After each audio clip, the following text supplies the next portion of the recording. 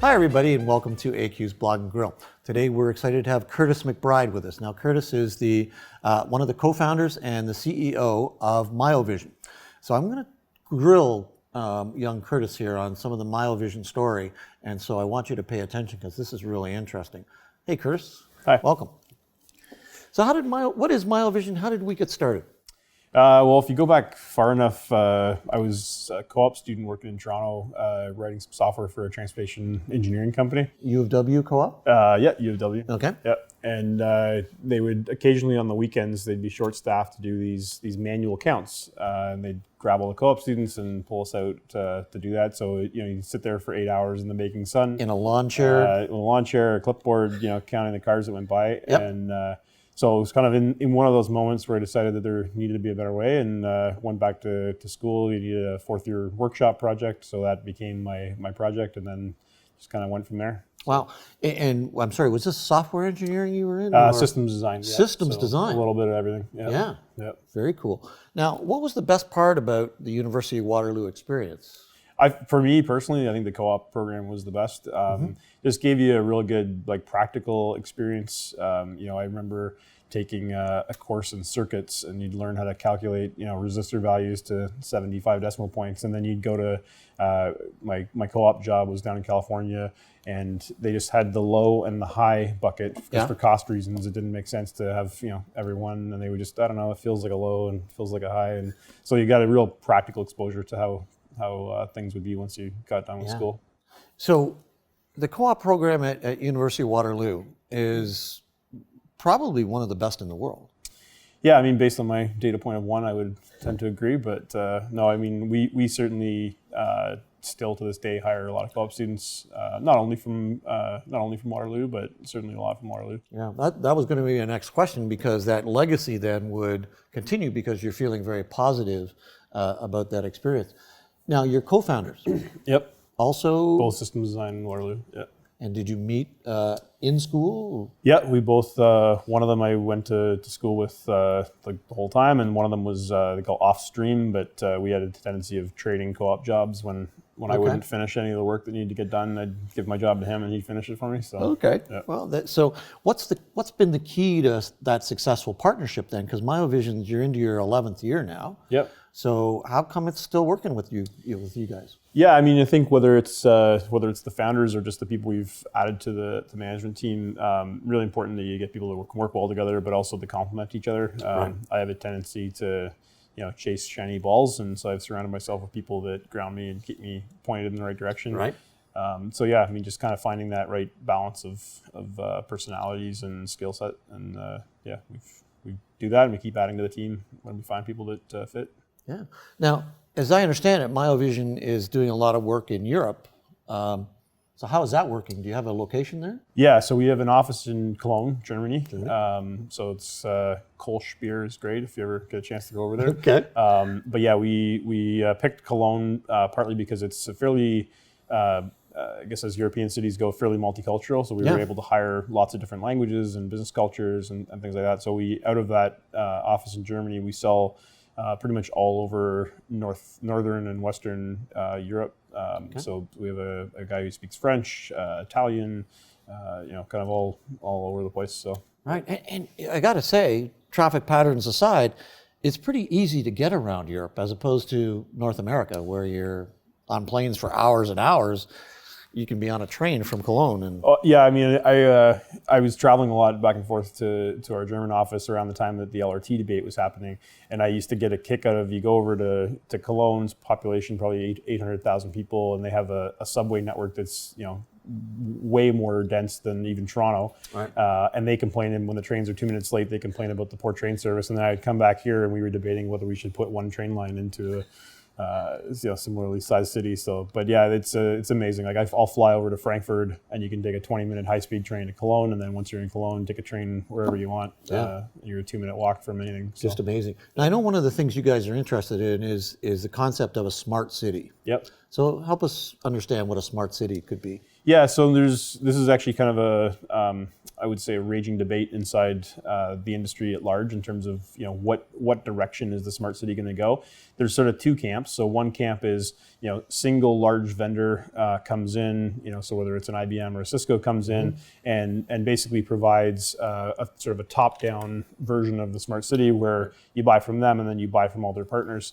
Our view is that the smart city is going to be more emergent, kind of like the internet was. Right. A whole bunch of little point solutions that are independently solving problems, but with a mind to how this thing kind of evolves and emerges as a smart city. And I think the way we look at it is similar to how the internet allowed for sort of the long tail of service need to emerge, right? So before the internet, the services that you could access were limited to the services that were hitting a mass market. Right. When the internet comes along, if there's 15 people in the world somewhere, there's probably a service that delivers for them. Right. I think the physical city is about to go through a similar transformation. Okay. Where up until this point, and maybe for the last 150 years, you pay taxes, the city provides you services. The services have to be fairly homogenous because they have to hit the average user. Right. I think what happens with the smart city is as all the infrastructure and the physical elements of the city become connected and start to produce data, there's an opportunity for entrepreneurs to come along and build services on top of that data and allow the long tail of services to kind of emerge. So we're pretty excited to be a little part of that. Yeah, and to me, Kurtis, that sounds like a better solution. I mean, it's going to be more agile and mobile, if you will, than just as you demonstrated with your hands, this top-down solution. Yep. Which we've all seen in large corporations. New systems are introduced, but they just don't get personalized enough or customized enough to meet changing needs. Yep. So the smarter route to me would seem to be to go, the agile and committed smaller entities helping out, especially if that's their specialty. Yeah.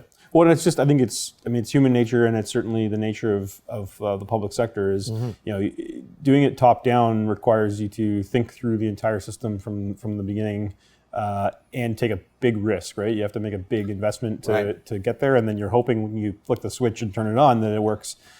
Whereas if you come at it from the bottom up and you go one problem at a time with one device and one piece of software that solves that problem, as long as you have a mind to how it all eventually comes together, then it's a lot less risky. You can get a return on your investment much faster incrementally. Which has got to be more important now to municipalities and cities than it's ever been, because they're all straining under how do we provide these buffet of services that people are demanding that are no longer homogenized or generalized. Yep. So, well, the analogy that I often use is it would be like if you went into the Rogers store and the sales rep comes up to you and says, Alan, it's great to see you. We have this new cell phone that's available. We're going to sell you the device, and we're going to sell you 10 years of service. The cell phone costs $12,000. And so when you buy that phone, you got to use that for 10 years because you got to make sure that you get a payback on it, right? And I mean, that would obviously be insane. We wouldn't buy cell phones that way because the technology moves so fast. But that's actually how we buy city infrastructure now. We buy huge capital investments, big outlays, huge risks involved, and then we have to use them for 10 years. And as the world continues to accelerate in terms of the rate of technology change, by the time you get around to making that next 10-year capital investment, you're way behind in terms of what you could be doing with your operation. So you just celebrated your 10th anniversary at Miovision last summer. You're coming up to your 11th. You're a graduate of a world-class co-op program in systems design engineering. Makes you kind of unique. Not everybody comes to entrepreneurship from that kind of background, which is an excellent place to come from. What suggestions could you make, or recommendations could you make to somebody who's starting out as an entrepreneur that is maybe in technology, but maybe doesn't have that excellent background that you had? How are you going to make it these days, being an entrepreneur in technology? Yeah, I mean, it's a good question. I mean, you could answer it in lots of ways, and I'm still learning every day. Sure. Yeah. But I remember one piece of advice that I got once was that being naive as an entrepreneur is actually an asset. Okay. And I think that when you're coming out of, whether it's University of Waterloo or Laurier or Conestoga or any of the programs, the fact that you don't know that the thing that you're setting out to do is impractical and challenging, and some might even argue sometimes impossible. Right. It kind of gives you the confidence to go and do it because you don't know any better. Yeah. The person who told me this gave me this piece of advice, talked about how they were trying to start a company in essentially what amounted to a Mennonite town, 25 years ago, right. and they were going to go, compete against some of the biggest brands in the world, and people just thought that was crazy. But I mean, you look what's happened in this town since then. It's hard to argue with the point. So just don't be afraid to buck the trend and take on a challenge that other people might tell you you shouldn't. Yeah, there you go. So, is there something special about the Waterloo ecosystem here for entrepreneurship? I mean, David Johnson, our ex-president of the University of Waterloo, and now our Governor General, said he thinks there's something in the water here. I find this town is has a very pay it forward kind of culture. And so there's people, more than I can count, but there's been lots of people who over the years have given me their time. When I'm faced with, if I'm going to go to Germany, how do you do it properly? Or if you're building a product, how do you do it properly? Or, right. And I find that all that those people have ever asked for in return is that you just keep doing that forward, right? And right. So I try to do, 2 or 3 a month, where I get out and have a breakfast with an entrepreneur and just kind of, give them what I can to give it back. But yeah, I mean, beyond that, I mean, it's great talent resource, and there's a real sort of culture of entrepreneurship, which helps. But I really think that sort of community building culture that we have is part of what makes it special. Yeah, I think you're right, Kurtis. And of course, the other example that David Johnson would use is barn building, where people get together to get something done, and then they go away and back to their lives, but they're always available to help when they're needed. So what's next for Miovision? What have you guys got planned in, say, the next 3 to 5 years? Yeah, so we've until recently we've kind of focused on this niche of collecting data at intersections. We went from being kind of an obscure player in that market to essentially we're by far the biggest player in that market, but it's really niche-y. The product that we launched about a year ago now is essentially, think of it like a cell phone for an intersection. So it provides connectivity, but it allows you to keep adding software applications on top of it. Right. But what we're seeing is that because we've solved this problem for cities where they don't have to rip out all the infrastructure, throw it in the garbage, and put in new stuff, they can just add a little piece of technology and it makes it modern. Wow. We're seeing other departments of the city that are adjacent to traffic. So whether that's transit or emergency vehicles, parking, that are all kind of coming out of the woodwork at us going, like, I got the same, it's a different application and it's a different context, but I have the same fundamental problem, and can you help me? So we're gearing up. We've grown from about 65 to 115 people in the last year or so, and we're kind of gearing up to start knocking down those little point problems, we call them, one at a time. So wow, that's great news, and you're doing it in Canada with your European operation. What about Southwest Asia or Southeast Asia? What about Australia? So we don't have offices there, but we do have customers in 54 countries. 54. So we do most of the data collection in Australia. Actually, is us. We have customers all over the Middle East, growing footprint now in South America. Wow. So yeah, we're I would say kind of strategically focused in Europe, the Middle East, Australia, New Zealand, and North America, and then opportunistically we'll take on projects wherever they come up. So. Yeah.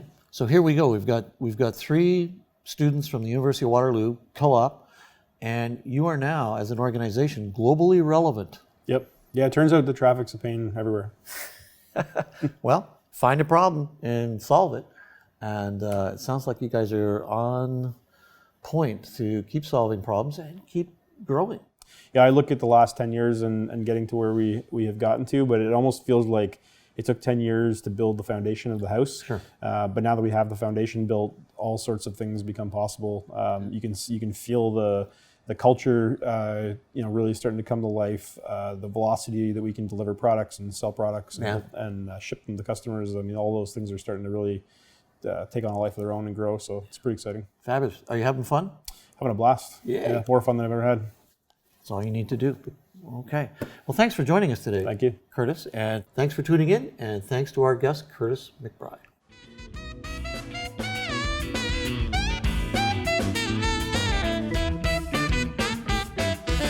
AQ's Blog and Grill.